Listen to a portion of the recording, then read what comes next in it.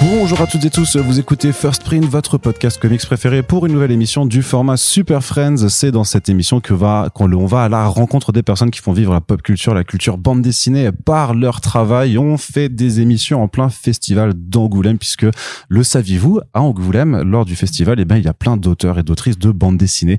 Et sur First Print, on aime bien la bande dessinée et il y a même des éditeurs que l'on aime bien suivre dans leur démarche, notamment les éditions Kinaï qu'on accompagne très souvent à la fois sur leur projet donc d'acquisition de bande dessinée à l'étranger, à l'international, mais aussi sur des projets de création. Et en ce début 2025, il y a une nouvelle album qui vient de sortir, ça s'appelle Ish et Mima, c'est la première bande dessinée de Jules Naleb et on a le plaisir d'avoir Jules avec nous dans le podcast. Salut Jules. Salut. Ça va, tu vas bien? Ouais, super. On est dans un cadre assez impressionnant. On est dans une salle des mariages. On a réussi à réserver la salle des mariages de l'hôtel de ville d'Angoulême. Et donc, c'est vrai qu'on a des beaux fauteuils. Voilà, le cadre est cool. Ouais. Le cadre est très, très cool. Et alors, je vais te demander juste de passer le micro sur ta gauche, juste pour que Romain Galland, donc directeur des éditions Kinaï, nous dise aussi bonjour, puisqu'il est à côté. Salut. Il surveille Jules pour être sûr qu'il ne dise pas de bêtises, notamment quand je lui ai demandé de m'accompagner. Hein, oui, mais quand viendra la question, est-ce que Romain il est sympa avec toi, justement, c'est pour un peu te cadrer, puisqu'on sait ce que tu vas répondre. Non, mais alors pour celles et ceux qui nous écoutent et qui ne te connaissent pas encore forcément, est-ce que tu peux te présenter à nous, Jules? Qui es-tu? Eh ben, ouais, c'est difficile. J'ai pas du tout pensé à ça. Je suis un dessinateur basé à Angoulême. Je viens du cinéma d'animation. Je fais des études d'animation quand j'étais plus jeune. Et après avoir bossé à peu près 7 ans sur différents projets d'anime, j'ai fait des trucs comme Love, Death and Robot. J'ai bossé sur Netflix.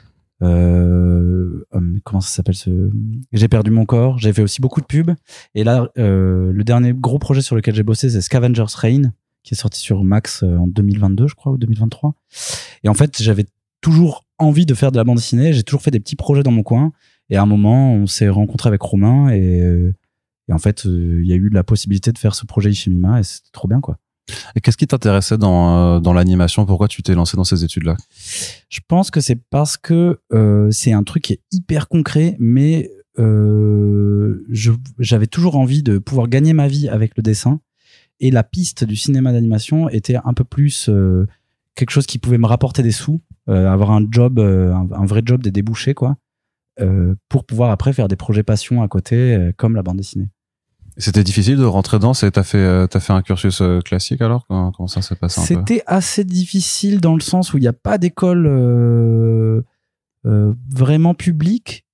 Et donc, en fait, il y a des formations publiques et des écoles publiques, mais les grosses écoles réputées sont toujours payantes. Donc, c'était difficile dans le sens où il fallait aligner un peu de sous. Genre les Gobelins, ce genre de choses-là, ouais. Les Gobelins. Moi, j'ai fait l'MK à Angoulême, donc. Mais après, sinon, j'ai fait un parcours, j'ai fait art appliqué au lycée, et puis après, je suis allé j'ai un parcours un peu chaotique, et puis après, je suis allé vers l'animation. Très bien. Et alors, pourquoi la bande dessinée? Alors, on a compris qu'a priori, t'es fan de dessin de façon générale. Ouais. J'imagine que t'étais, alors, est-ce que tu dessinais déjà est-ce que tu as ce storytelling-là? Ouais, j'ai complètement ce storytelling-là. J'ai de la chance d'avoir des parents qui ont toujours beaucoup aimé la bande dessinée déjà, mais aussi les films d'animation. C'est-à-dire que je fais partie de ces chanceux qui ont grandi avec les films de Miyazaki. Et du coup, tout gamin, je crois que le premier Miyazaki que j'ai vu, c'était Totoro. Et je me suis dit, mais en fait, j'ai envie de faire ça, quoi. Et après, mes parents m'ont toujours encouragé à dessiner. Et c'était cool. J'ai dessiné des Lucky Luke. J'adorais Lucky Luke. Marsupilami, j'ai adoré. C'était trop bien. Et puis après, il y a eu le grand démon manga qui est arrivé dans ma vie. Et là, ça a tout bouleversé, quoi. C'était lesquels? Moi, j'ai beaucoup lu Naruto. Il y avait, quand j'étais gamin, il y avait vraiment 2 écoles, ceux qui aimaient One Piece et ceux qui aimaient Naruto. Et moi, je suis de la génération Dragon Ball, quoi. J'ai jamais vu ça. J'avoue que moi, j'arrivais sur la fin de Dragon Ball. J'ai quand même bien dosé Dragon Ball aussi.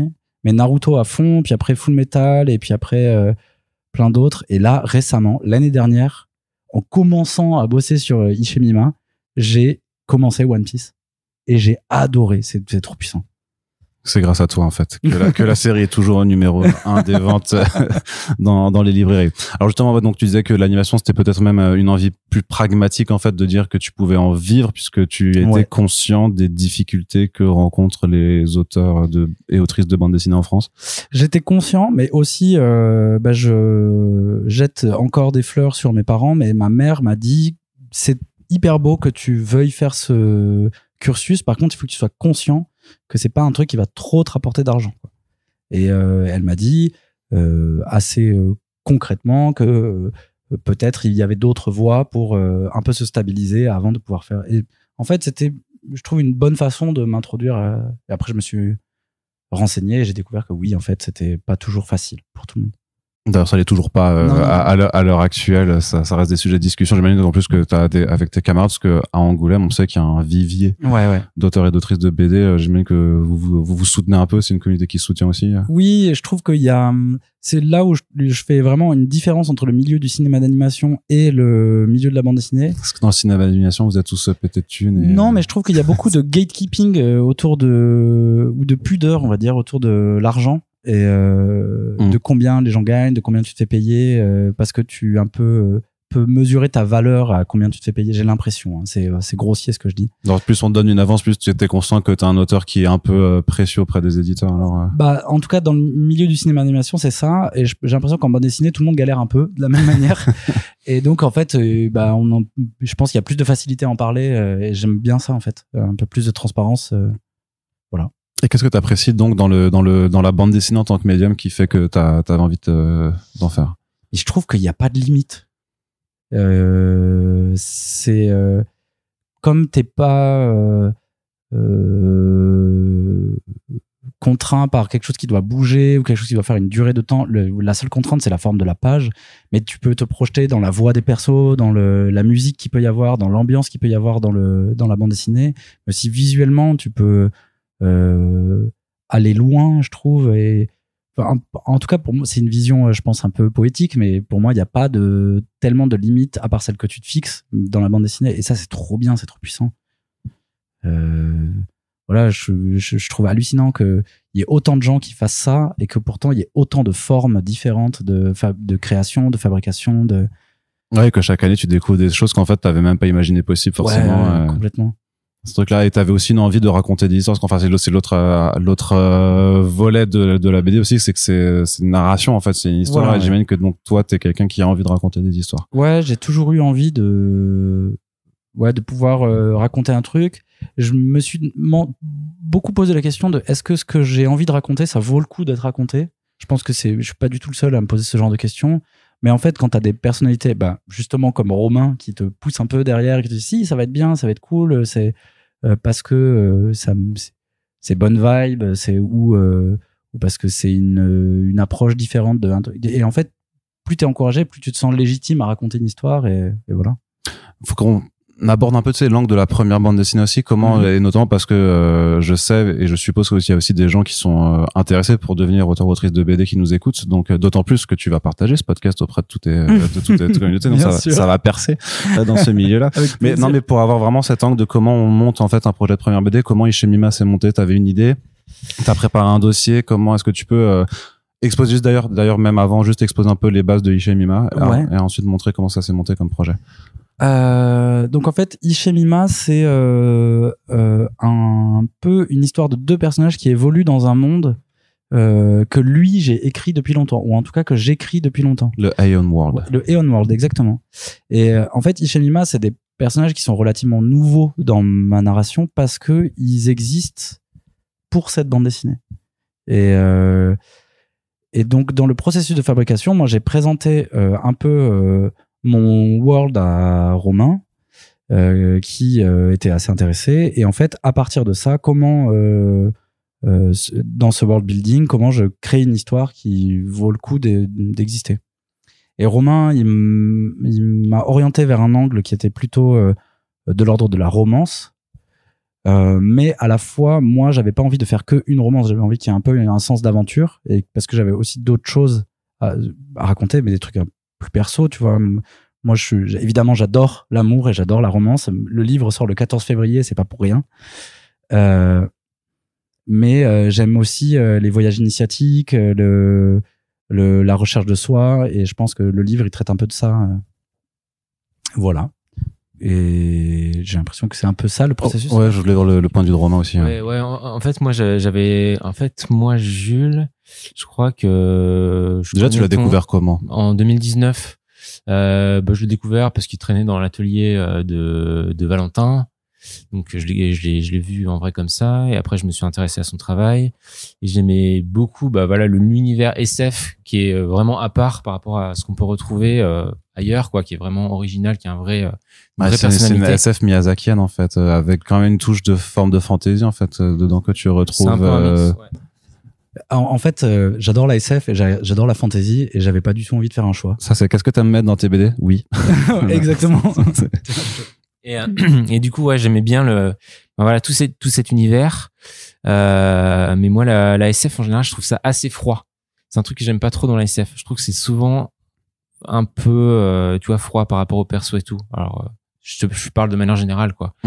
Mais par contre, j'avais lu une toute petite histoire en riso de Jules qui s'appelait Quand t'es pas là, et c'était une histoire de 6-7 pages qui racontait aussi dans son univers SF 16 pages, pardon. En fait, c'était en gros l'histoire de Jules qui racontait qu'il s'ennuyait, qu'il se faisait chier quand sa copine n'était pas là. Et en fait, je me suis dit, ah ouais, tout ça, c'est intéressant un peu de connecter les deux. Et c'est pour ça que j'ai orienté un peu Jules avec ce côté, on prend ton univers, mais on met le côté romance en plus. Et on essaye, en fait, d'équilibrer les passages un peu bigger than life, énorme univers et tout, avec des passages beaucoup plus intimistes auxquels tout le monde, un peu plus tranche de vie, plus intimiste, auxquels tout le monde pourrait se raccrocher. En fait, c'était ça à la base, le but du projet, et on a essayé d'équilibrer en fait ces deux choses-là. Voilà. Est-ce que tu peux présenter en 2-3 mots pour ceux qui nous écoutent l'histoire de Ishimima avant qu'on aborde le process créatif? Alors, c'est dans un univers où il y a eu une grande guerre qui a divisé un peuple ancestral, un peu dieu, avec des espèces d'humanoïdes. Et ça se passe 300 ans environ après cette grande guerre, et il reste plus aucune trace de ce peuple ancestral, ces créatures ancestrales. Et donc, dans une cité colonie vivent des esclaves humanoïdes, et un peu au service c'est une grande entité, quoi. Et au milieu d'une maintenance pop une de ces créatures ancestrales. Et donc Ishimima décide de se servir de ce prétexte pour essayer de trouver un paradis perdu dans lequel il pourrait ramener cette créature ancestrale et de s'enfuir donc de cette ville où ils sont enchaînés, quoi. Pour aller trouver le fameux paradis perdu. Ouais. Et je voulais savoir alors, parce que tu dis que les personnages de Ishimima en l'occurrence sont assez récents par rapport à la construction de ce monde, donc le monde, ce vaste univers partagé en fait que tu fais miroiter avec Ishimima, il sort d'où ça? Il a combien d'années? Combien d'années précisément, je saurais pas, mais je pense que il doit avoir presque 10 ans. Et en fait, il y a toujours des petites bribes de choses. J'ai un carnet, j'en parle à la fin de l'album. Il y a un petit dossier bonus et j'ai en fait un carnet qui s'appelle Word, qui est tout le temps sur mon bureau, où dès que j'ai une idée qui peut s'inscrire dans ce monde, je la note. Et ce carnet, je l'ai depuis hyper longtemps. Et voilà. Et ce que je dis à la fin de l'album, c'est qu'il y a une page où naissent un peu les anciens dieux, et en fait, c'était de ça dont j'avais envie de parler, peut-être un peu la genèse de ce monde à travers Ishimima. Et récemment, j'avais envie d'avoir des personnages un peu plus précis, un peu plus dans ma tranche d'âge aussi. Ils ont pas vraiment d'âge, Ishimima, mais peut-être ils ont entre 18 et 25 ans, quoi. Et c'était bien d'écrire des personnages un peu plus jeunes que des espèces de dieux, entités. Et voilà. Est-ce que pour une question d'identification aussi? Ouais, complètement. Et puis c'est vrai que je dis que j'aime l'amour et que tu vois, on parle d'une romance et j'en connais pas beaucoup des romances personnellement. Je connais la mienne et donc en fait c'est pour ça que Ishimima aussi ressemble très fort à ma copine et moi. Mais c'est logique, tu vois, c'est mettre un peu de soi dans des personnages, c'est normal, j'ai l'impression. Alors comment ça s'est fait la BD? Parce que donc t'es quand même sur un énorme pavé de 240 pages, s'il me semble. 232, pardon. Monsieur est pointilleux, c'est Monsieur Tatillon dans le Monsieur Madame, c'est celui-là. Romain, il dit que je suis bon élève. Ça va, chacun a sa façon de nommer les choses, mais ouais, comment on passe alors d'une envie d'histoire de raconter donc à la fois une romance et aussi une sorte de voyage initiatique dans un univers qui qui reste aussi à construire. Je sais pas si toutes les règles étaient déjà établies, si tout le lore, toute l'histoire était établie, et comment on arrive à transformer ça en un script pour faire une BD de 232 pages. Ça a été c'était un super ping-pong avec Romain justement, qui m'a beaucoup aiguillé. Moi je pense que j'ai un peu un défaut qui est assez commun, mais j'ai envie d'en mettre partout, quoi, tu vois. Et du coup, il y avait beaucoup de choses, et il a fallu un peu écrémer, préciser des choses, rendre d'autres un peu plus réalistes. Il y en avait qui étaient moins intéressantes et d'autres un peu plus intéressantes. Et Romain souvent me disait, peut-être tu peux mettre un peu plus d'accent sur ça. Ça, peut-être c'est moins nécessaire. Et en fait, c'était trop bien parce que quand t'es tout seul à construire un truc dans ton coin, parfois t'as un peu le nez dedans et tu te rends pas compte que c'est pas si clair. Et le fait de pouvoir échanger avec quelqu'un qui a un intérêt à ce que cette histoire existe et soit chouette, ça fait des conversations très intéressantes. Enfin, moi j'ai adoré, quoi. T'as vraiment aiguillé, en fait. Aiguillé. Ouais. Je pense que j'avais besoin de ça aussi. Souvent sur le... Enfin, même mieux qu'aiguiller, ce serait de te canaliser, alors peut-être. Peut-être, ouais. Ouais, en fait, moi, en tant qu'éditeur, je dirais que... Parce que Romain, t'as déjà édité et accompagné pas mal d'auteurs, mais est-ce que j'ai plus souvenir d'une BD aussi longue? Une BD aussi longue, il y avait Samurai Gun, mais c'était un peu bizarre parce que je suis arrivé au milieu. Et là, maintenant, il y a quand même pas mal de 100 pages et tout qui vont arriver. Mais ouais, c'était un peu le risque aussi, de faire une BD aussi longue. Mais je dirais que j'ai toujours un peu la même approche quand je fais des créations. C'est que souvent, je donne pas mal de suggestions. Où je dis, ah ouais, là, on pourrait penser à ci, on pourrait penser à ça. Et je laisse toujours après la liberté à l'auteur de dire, ah oui ou non. Mais en fait, j'essaie toujours... d'argumenter, de donner des raisons pourquoi selon moi ça il faut le développer ou pas, etc. Mais par contre je pense que je donne plutôt pas mal de pistes à chaque fois, et après c'est à l'auteur de réfléchir et de dire ok, ça me paraît pas mal avec ce que moi je veux raconter, donc voilà, en fait c'est plutôt des pistes, tu vois, que je donne. Et après l'auteur choisit. Je sais pas, c'est à peu près ça, je pense. On dit souvent que l'éditeur c'est un peu le premier lecteur aussi, quoi, et donc que ton rôle aussi c'est de te mettre à la place de quelqu'un qui va le prendre un jour en librairie et de dire est-ce que ça fonctionne ou pas. Je suis pas du tout, tu vois, je suis pas du tout je suis pas forcément strict et tout, je me dis juste je réfléchis à ce qui peut être intéressant ou moins, et après je laisse assez libre finalement sur le développement, quoi. C'est juste que je donne plutôt des pistes, tu vois. En tant qu'éditeur, je sais qu'il y en a qui sont plus ou moins, tu vois, dirigistes. Dirigistes. Moi, je pense pas du tout que je le sois, quoi. C'est juste, je donne des pistes à explorer, et puis après c'est à l'auteur de choisir ce qu'il veut, et puis après on revoit, tu vois, si ça colle et tout. Et en général ça se passe ultra bien, donc moi je suis content de cette technique, si on peut dire, quoi. Et voilà. C'est assez facile. C'était assez facile pour toi d'accepter les conseils ou les pistes, justement, et de dire effectivement, peut-être que en ajoutant ci ou en allant dans cette direction-là, mon histoire prend plus de sens ou mon monde tient mieux. Comment tu le ressens? C'était facile dans le sens où j'en avais besoin. Toi tu tentais, en fait, de façon plus directe, tu te sentais pas de faire Ishimima seul tout. Je me sentais, mais j'étais très heureux d'avoir quelqu'un qui pouvait justement un peu m'aiguiller ou un peu me canaliser, comme tu disais un peu plus tôt. Il y a un truc aussi où j'ai pas hyper confiance en moi sur tout, et le fait que Romain plusieurs fois me dise ça j'adore, ou ça tu peux le creuser plus, c'était super encourageant, et voilà. Et puis moi je lui fais hyper confiance parce que il a le bon œil, quoi, tu vois, le keen eye. Tu l'avais, celle-là? Allez. Bah oui, alors quand j'ai interviewé Romain la première fois pour la création de Kina, il m'a expliqué le jeu de mots de sa maison d'édition. mais c'est bien de le rappeler. En termes de construction narrative, comment tu sépares les différents temps forts? Comment tu gères l'équilibre entre des moments qui sont plus posés et des moments qui sont plus intenses, plus dans l'action? Comment est-ce que tu gères cet équilibre-là? J'avoue que j'ai une méthode qui vient un peu de l'animation, en quelque sorte, où souvent sur les projets on trace une espèce de graphique une ligne temporelle, on va dire, et dans cette ligne temporelle, on la divise en plusieurs espaces et on se dit ah ouais, tel truc ça occupe tant de temps dans l'espace, sur la ligne temporelle. Et donc en fait, j'essaie de donner un peu d'importance à chaque séquence en fonction de ce qu'elle avait, ce qu'il y avait à dire dedans. Et il y a tout un moment dans un village avec les Sarik, donc c'est un peuple autochtone dans Ishemima. Et en fait, au début, j'avais une toute petite séquence avec eux, mais je me sentais bien à raconter ça, donc je l'ai rallongé.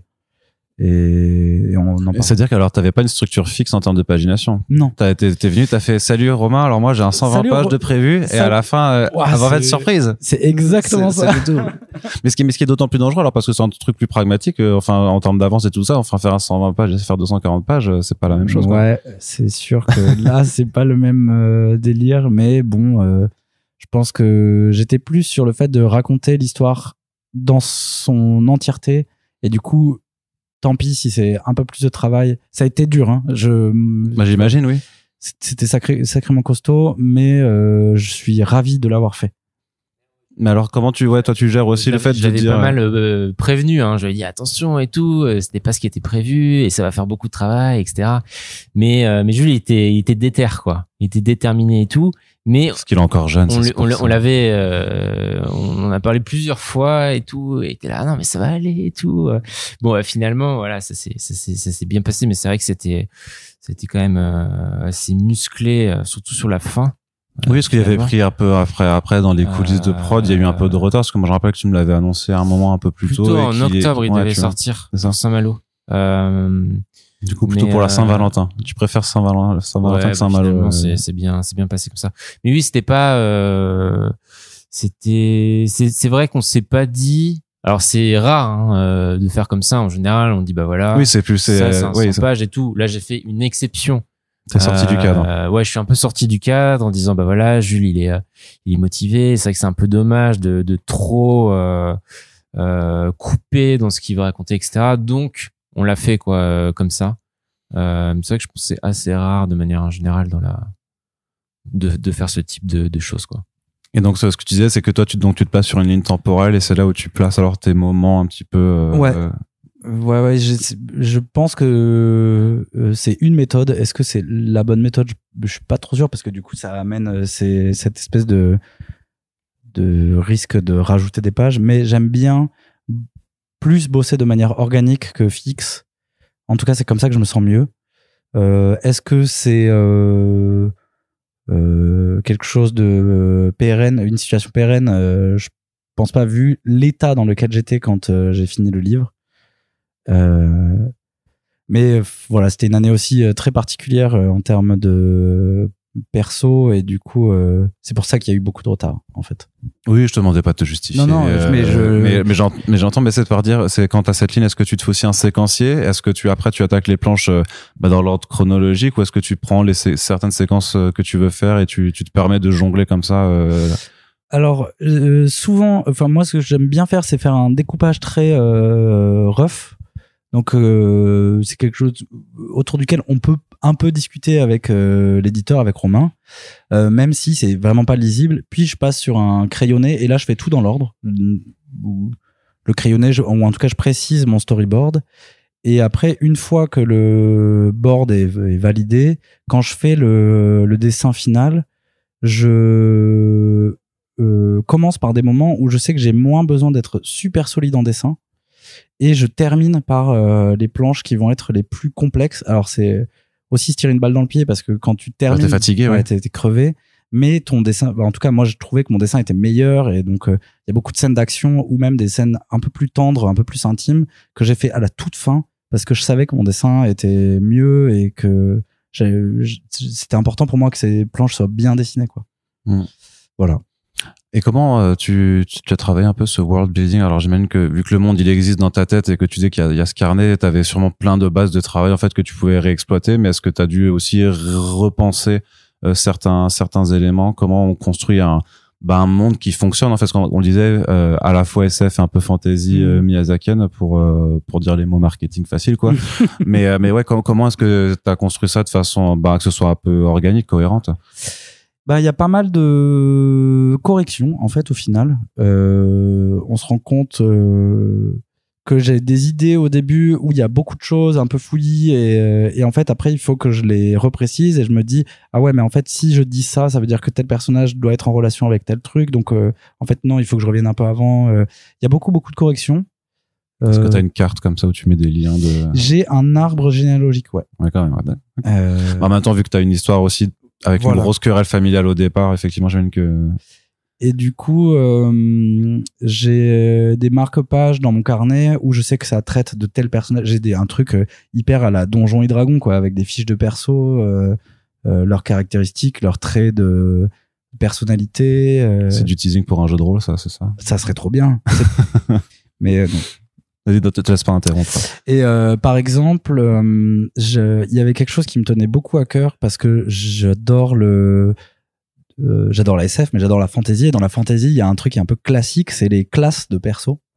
Et donc, chacun des personnages de Ishimima correspond à une classe un peu archétype de personnage, mais avec peut-être une base plutôt SF. Et donc, comment amener ces archétypes de fantasy dans la SF et voilà. Et en fait, de partir de choses existantes ou en tout cas de choses un peu plus courantes et de les préciser et de se les approprier, c'est un truc que j'aime bien, enfin qui facilite la tâche en quelque sorte, ouais. Et pareil pour la faune et la flore, en fait, c'est quelque chose qui est facile à faire alors de construire aussi un environnement.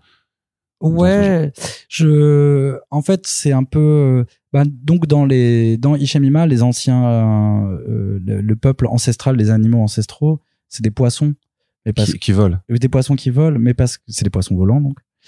Mais parce que les premières formes de vie terrestres c'était des poissons et du coup qui après évoluent en mammifères, tout ça, et j'aime bien le côté amibe. Des petits stades intermédiaires entre... Ouais. Je suis biologiste de formation, donc c'est vrai oui. Je te dirais que non, les premières formes c'était des bactéries. Bah oui, voilà. Déjà, donc, et après ça s'est fait des voilà. Mais bref, on n'est pas là pour faire un cours de biologie et d'évolution, mais oui. Donc voilà, en fait, je me disais, qu'est-ce que tu repartais un peu dans les origines du vivant. Tu vois l'espèce de soupe primordiale. Je me suis dit ah ouais, mais je peux pas juste faire des petits bonhommes bactéries. Et en fait, au fur et à mesure, je disais ah non, ça va être moins bien en dessin, ça va être moins bien en dessin, je vais moins m'amuser. Et en fait, arrivé sur le poisson, j'ai adoré. Je me suis dit c'est trop bien. Puis il y avait un potentiel mascotte aussi assez évident. Que j'ai pas du tout pensé au début et en fait ça, parce que j'avais déjà aussi il y a des chiens bleus dans le je m'étais dit que ça serait eux les mascottes, mais en fait non. Mais c'est marrant d'ailleurs maintenant que tu mentionnes un peu ces chiens, parce que on voit même aussi en fonction des séquences qu'il y a même dans ton dessin où ça évolue et ça donne un ton parfois plus sérieux, et un autre où ça devient un peu plus, mais presque même dans le manga, en fait, tu vois ça aussi, parfois où t'as un dessin pseudo-réaliste et d'un coup, ça devient le dessin un peu chibi parce que tu sais que c'est une scène de déconnade. J'imagine que ça, c'est quelque chose de très conscient quand tu fais ça. Ouais. C'est ce que je disais dans le sens où, quand je disais la bande dessinée, il n'y a pas de limite. Oui. Ça me permet de jouer un peu avec l'élastique, tu sais, du réalisme ou de comment je rends le truc. J'adore. Puis c'est trop... Ça fait plaisir de dessiner un peu plus, de sortir un peu plus du réalisme et de dessiner un peu plus rigolo, quoi. Et alors, j'avais aussi une question, c'était sur ton expérience dans l'animation, dans quelle mesure ça t'a aidé pour ton découpage. J'imagine que c'est un plus indéniable. Je pense qu'il y a un truc dans l'animation où on nous apprend beaucoup, ou en tout cas on nous encourage beaucoup à regarder des choses. Et du coup, le fait d'être beaucoup dans l'observation, tu t'apprends. Et donc, quand ça devient après horrible, par exemple, de regarder un film d'animation avec moi parce que je fais pause tout le temps, je reviens en arrière, je me dis ah ouais, comment il a fait cette transition de scène à ça, ou ah ouais, ce posing il est puissant. Que tu regardes plus de films d'animation avec ta chérie alors. Bah si, parce qu'elle aussi elle bosse en anime, donc d'accord. Oui, ça la double essence de l'enfer, quoi. Ouais. Mais par contre on fait pas avec les amis. C'est bien de mettre ce genre de limite. Ouais. Et donc voilà, en fait, je pense que mon expérience dans l'animation m'apporte beaucoup un regard un peu travaillé à comment je peux composer cette scène, comment je peux composer ce combat. Et après, bah, je pense dans l'exécution, avoir l'animation, il y a un côté où c'est très carré, il y a une discipline, t'as des quotas à tenir. Ouais, mais même, je pensais même juste dans le storyboard où pour toi, c'est facile en tant que tel, ou pas? Facile, je dirais pas. Est-ce que c'est un truc que j'aime faire? Ouais. Plus que dessiner. J'aime autant les deux, je pense, mais c'est vrai que faire un storyboard, faire un découpage, j'adore, c'est trop bien parce que tu rends le truc réel, un peu vivant, quoi. Est-ce que c'est plus difficile alors de découper une scène calme, un moment calme, qu'une scène d'action où tu dis bon bah là faut que ça fuse dans tous les sens, ça pète et tout ça, mais après t'as genre un câlin, tu vois, c'est quand même vachement plus. Est-ce que c'est plus difficile à mettre en scène? D'avoir un peu, tu sais, cette suspension un peu du temps que tu peux avoir dans ce genre de planche, justement. Moi, je trouve que le combat, c'est plus difficile. Okay. J'aime autant faire les deux, mais disons que comme c'est un truc un peu plus réel, un moment un peu suspendu, un peu une scène de discussion ou d'amour, tu vois, tu peux plus facilement t'inspirer de la vie réelle. Alors que si c'est un combat un peu épique, comment tu t'amènes un truc, surtout ce que je trouve dur dans un combat, c'est qu'il y ait une narration à travers le combat, que ce soit pas juste des coups de poing dans tous les sens et tout, que en fait à chaque nouvelle case on apprend un nouveau truc sur un perso ou sur ce qui se déroule petit à petit. Ouais, voilà. J'avais aussi voulu parler des couleurs, en fait, l'utilisation des couleurs que t'as dans cette bande dessinée, parce que ça pète. Après, j'ai pas vu comment ça rendait sur papier, mais en tout cas en numérique, tu fais, ah ouais, quand même, ça charge beaucoup. Alors, juste première question, c'est tu travailles en numérique, j'imagine? Ouais, là, c'est que du numérique, ouais. Pour ça, et après, c'est comment est-ce que tu choisis ta palette de couleurs et comment, parce que parfois, t'as même cette utilisation de couleurs qui sort complètement du réel, même si dans un monde imaginaire où tu dis, là, c'est complètement, dans le concept ou dans l'abstrait illustratif. Comment tu gères ça? Ben, j'ai beaucoup travaillé cette palette. En 2022, j'ai fait toute une série de dessins où je faisais un dessin par jour. L'objectif à la fin de la journée, c'était de le poster sur les réseaux. Et le lendemain, j'en refais un autre. Comme ça. C'était en octobre, ça s'appelait les Inktober? Non, c'était pas Inktober. C'était un truc que j'avais fait de janvier 2022 à mars 2022, un peu comme un challenge perso. Parce que j'avais un taf à côté. Ah, pendant 3 mois quand même, alors. Ouais, ok. Lourd. J'avais un taf à côté dans lequel je m'ennuyais un peu et je bossais pas du tout la couleur et je trouvais que j'avais besoin d'en apprendre un peu plus. Et là, j'ai testé des trucs qui sont pourris, des trucs qui sont réussis. Mais l'avantage de faire un dessin par jour, c'est que, en fait, il est posté, c'est fini. Hop, tu passes à autre chose et tu peux aller déjà explorer plus loin. Et j'avoue que, à force, j'ai un peu développé une palette qui est la mienne, j'ai l'impression. Et j'ai essayé de faire du rendu, avoir des ombres, avoir un truc mais en fait je suis moins à l'aise là-dedans et ça me suffisait comme ça, quoi. Et voilà, j'espère que c'est une bonne réponse. Romain disait avant qu'il aimait pas trop forcément la SF parce que c'est quelque chose, un genre qui est un peu froid. Toi, t'es au contraire dans une histoire qui donne chaud au cœur, on va dire. Enfin, tu l'as dit, c'est une histoire c'est quand même une romance. Alors, il y a de l'action, il y a de l'aventure, mais c'est vrai que ça reste une histoire d'amour ou même l'amour en tant que tel est expressément nommé comme étant important dans le récit. Hein. C'est pas juste un gimmick. Et moi, ça m'a interpellé parce que c'est effectivement là, c'est vrai qu'en général, quand on est dans de la SF, et même là où on est aussi dans un monde où il y a aussi une sorte il y a un tyran, enfin, qui exerce, et t'es plutôt habitué à des trucs très pessimistes, parfois très nihilistes aussi. Et là, au contraire, non, c'est plutôt optimiste, j'aime pas trop ce mot parce qu'il est connoté maintenant, mais bienveillant, en fait, dans les sentiments qui sont convoqués, et presque niais, en fait, non, par rapport à, au temps où on vit 2024-2025. Est-ce que tu t'es dit un peu, est-ce qu'il est temps de raconter ce genre d'histoire aussi par rapport au monde qui nous entoure ou... Ouais, en fait, je pense que c'est un héritage de la SF de faire un truc pessimiste, tu vois. Pour moi, par exemple, c'est hyper attention. Je vais dire un truc. Il va dire une dinguerie. Pour moi, le cyberpunk est mort. Le cyberpunk, c'est l'essence même de. Mais parce qu'on y est, quoi, en fait. Ouais. Déjà, en vrai. Du défaitisme, et en fait, on doit aller vers un nouveau truc. C'est le fameux solarpunk. Le fameux solarpunk, alors qui s'appelait éco-punk pendant un moment, mais pour écosystème punk et pas forcément écologie punk. Et voilà. Et puis c'est vrai que raconter une histoire un peu plus optimiste, c'est aussi c'est plutôt un truc de personnalité, quoi, de comment je vois les choses. J'avoue que pour moi, l'amour, c'est hyper important. Je trouve être sympa avec les gens, quoi. Et puis voilà, quoi. C'est vrai qu'il y a ce côté un peu niais. J'ai toujours peur que ça soit pas pris au sérieux parce que c'est un peu plus. Parce qu'on a tous envie d'être cynique à un moment ou à un autre aussi, ouais, tu vois. Donc, un peu plus léger. Mais peut-être que c'est aussi notre. Alors là, c'est aussi une grande vision, mais notre rôle en tant que, je sais pas, dessinateur, dessinatrice, de apporter du plus, quoi, du positif, on va dire. En tout cas, c'est un peu ce que j'ai envie de faire. Toi, c'était quelque chose qui t'interpellait aussi, Romain, dans cette vision, justement, parce que ça se voit aussi dans le reste de ta production, en général, d'avoir des univers. Après, c'est assez caractéristique, de toute façon, d'une partie de la littérature BD jeunesse américaine aussi. Mais là, on est sur de l'ACRA, et puis, en France, on n'est pas forcément aussi dans ces mêmes moods que de l'autre côté de l'Atlantique, donc. Ouais, c'est vrai. Moi, c'est vrai que j'ai tendance. En tout cas, c'est vrai que moi, il faut que je me rapproche un peu. Ouais, c'est bon, t'inquiète. C'est vrai que moi, en fait, je suis aussi quelqu'un d'assez optimiste de base. Vous en avez de la chance quand même. Hein, et je trouve que, justement, en ce moment, avec tout ce qui se passe, etc. Et je suis encore plus optimiste. Non, mais c'est pas ça. Mais en fait, tu te dis bon. Qu'est-ce qu'il faut faire, tu vois, et dans la culture et tout, qu'est-ce qu'on pourrait faire aussi pour résister, pour lutter, pour essayer de, tu vois, et du coup, voilà, moi je me dis que si tu veux emporter les gens, etc., faire des récits optimistes, c'est peut-être en tout cas des bonnes façons, quoi.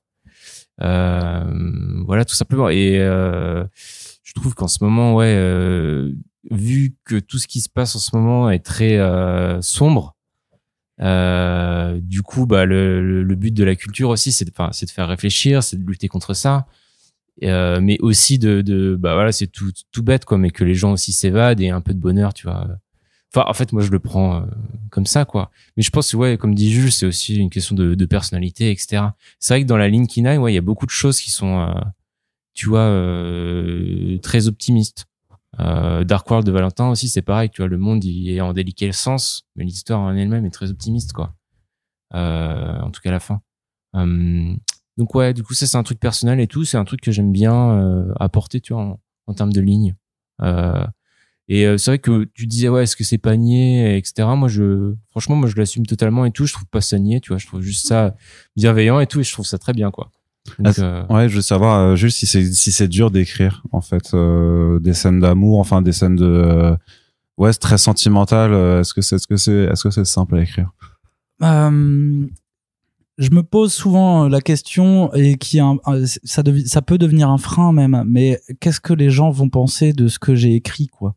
Est-ce qu'ils vont me trouver niais, ou est-ce qu'ils vont me trouver un peu je sais pas pourquoi ils feraient ça. Tu vois, mais même au-delà d'être niais ou pas, juste comment on décrit la tendresse, en fait, comment on écrit ce genre, parce que ça se voit en fait de le rapport entre Hicham et Emma qui s'aiment, mais pas seulement parce qu'ils disent je t'aime, tu vois, ou qu'ils sont non, mais tu le ressens dans ce qu'ils vivent, quand quelque chose arrive à l'un, comment l'autre le ressent. Enfin, voilà, c'était plus ça aussi de cette construction-là sentimentale.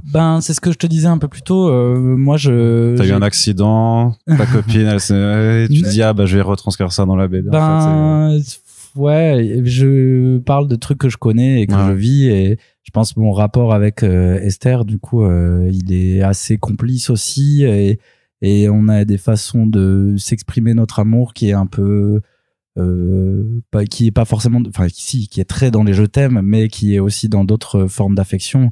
Moi, il y a un moment que j'ai dessiné où ils sont sous la tente, et il lui dit tu trouves pas que la lune on dirait un ongle?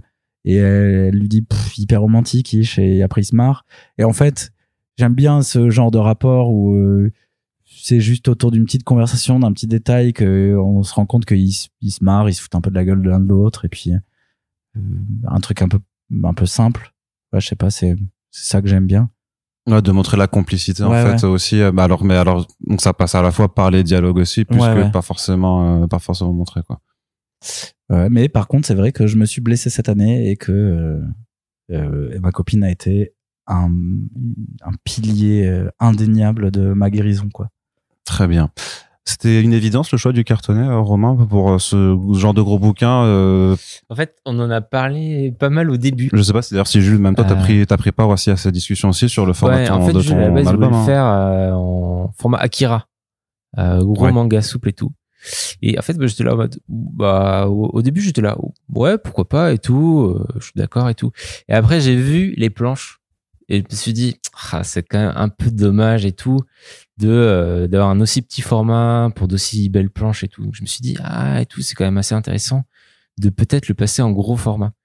Et il y avait aussi le fait que, du coup, à la base, Dark World et Ishimima devaient sortir ensemble. Donc, avoir deux formats franco-belges calés ensemble. Ouais, qui était vraiment là aussi pour acter, voilà. Et puis, il y a aussi hein. toujours ce truc de se dire, le franco-belge, du coup, ça effraie un peu moins, à la fois les libraires, oui, un esprit, commercial, les libraires et puis les gens un peu plus classiques. Donc, du coup, je me suis dit, alors que si on le faisait au format un peu manga, je me suis dit, peut-être que il y a peut-être des gens qui vont passer à côté juste à cause du format. Donc il y avait aussi cette réflexion là, tu vois, purement commercial. On s'est dit comme t'as fait ça pour vendre une BD en fait. Voilà, exactement. Le vil éditeur. Mais du coup, il y avait aussi ce truc de planches. En fait, j'ai vu les planches de jeu, j'ai fait c'est tellement beau et tout. Il y a plein de détails. C'est quand même un peu dommage de les sortir en plus petit, tout simplement. Oui, pardon, je voulais rajouter. Moi aussi, je viens du milieu indé, de la micro-édition, tout ça. Et pour moi, et j'ai grandi, comme je disais un peu plus tôt, tu vois, je suis un enfant des années 2000 qui a grandi dans le manga, tout ça. Le premier manga que j'ai lu d'adulte, c'est Akira, mais je vais avoir 10 piges. C'est absurde, mes parents m'ont mis un mauvais manga dans les mains. Mais c'était trop beau et j'en garde un souvenir que je chéris. Et donc d'avoir ce truc à ramener un peu de l'indé, de la micro-édition dans un papier souple, une couverture souple, un truc, un pavé. J'avais envie de ça, mais après, moi, comme je disais aussi plus tôt, je fais hyper confiance à Romain. Et quand il a dit le cartonné, je dis, mais en fait, oui, il y a pas de souci. Je sais que mon père, par exemple, c'est une bonne blague, mais quand je faisais mes petits protozines, il me disait, un jour, tu feras une vraie BD en cartonné. Et voilà, papa, c'est maintenant. Ça fait quel effet alors? J'aime bien poser cette question aux jeunes auteurs. Ça fait quel effet quand tu la vois la première fois? Eh ben, la première fois quand ça devient du réel vraiment. La première fois que j'ai vu, c'était hier et c'était un peu dans le rush parce qu'on a eu une sacrée mission à faire après. Mais je l'avais jamais vu avant. Il t'avait pas envoyé. On l'a reçu pile là. Oui, mais remarque, c'est vrai que en plus ça sort dans 2 semaines alors en enregistre. Ouais. Et je sais pas, j'étais un peu au bord des larmes quoi. Ça y est, c'est fait. Tu vois, quand t'envoies toutes les planches numériques et que tu reçois le BAT et que t'as le PDF qui t'arrive, c'est réel mais c'est pas vraiment réel quoi. Et là ça y est, le truc existe et puis je sais pas, c'était trop fou. Hier soir on a été voir les amis, boire un coup, d'ailleurs je l'ai dans mon sac là, tu vas le signer aussi parce que mon exemplaire je le fais signer comme un plâtre et et ouais, c'est un truc de fou, j'avais envie de le montrer à tout le monde. Ouais, comme un enfant quoi. Un peu gênant, mais ouais, c'est ça. Oui, tu veux voir ma BD? Il y a pas mal de gens qui font la métaphore avec un enfant. Moi, je pense. Je crois que pour la première, c'est quand même un truc que j'ai souvent entendu aussi. Ouais. Moi, c'est mon truc. Je pense que c'est vraiment plus une espèce de cristallisation d'un projet quoi. C'est fou. J'en reviens pas que. En vrai, je suis fier. Voilà, c'est tout. T'as bien raison. Hein. Mais la question sous-jacente qui ouvre et conclut le podcast à la fois, c'est de se dire, c'est la première pierre d'un univers partagé. Alors c'est quoi la suite? On se repose un peu, j'imagine quand même. Mais tu penses déjà, au prochain volume Day on World ou? Ouais. Je suis. C'est horrible, hein, mais.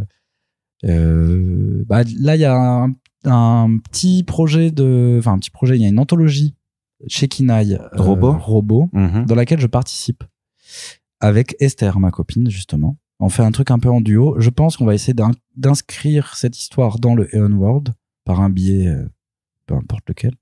Et après je pense déjà à la suite. On a une petite conversation avec Romain à propos de projets un peu qui vont arriver, mais peut-être pas tout de suite quoi. Le temps de souffler, de aussi pouvoir faire un peu un tour avec Ishimima et lui laisser le temps d'exister. Enfin, moi, je suis vraiment content de ce projet. J'ai envie de pouvoir le défendre un petit peu avant de passer à autre chose, quoi.